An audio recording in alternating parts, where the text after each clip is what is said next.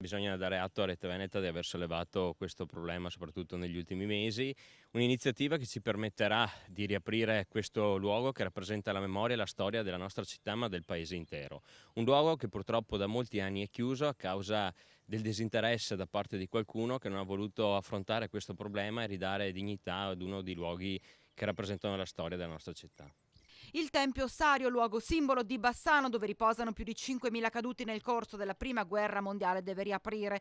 È un imperativo categorico che si è imposto il neonato comitato sorto su iniziativa di Rete Veneta. L'emittente televisiva da tempo ha denunciato la vergognosa chiusura del sacrario chiedendo una mobilitazione generale che deve coinvolgere la città, il territorio, l'intero Veneto. In finanziaria quest'anno abbiamo stanziato 7 milioni e mezzo per gli eventi della Grande Guerra e mi impegnerò in prima persona per portare a Bassano quei finanziamenti che serviranno per riaprire questo luogo della memoria e della storia.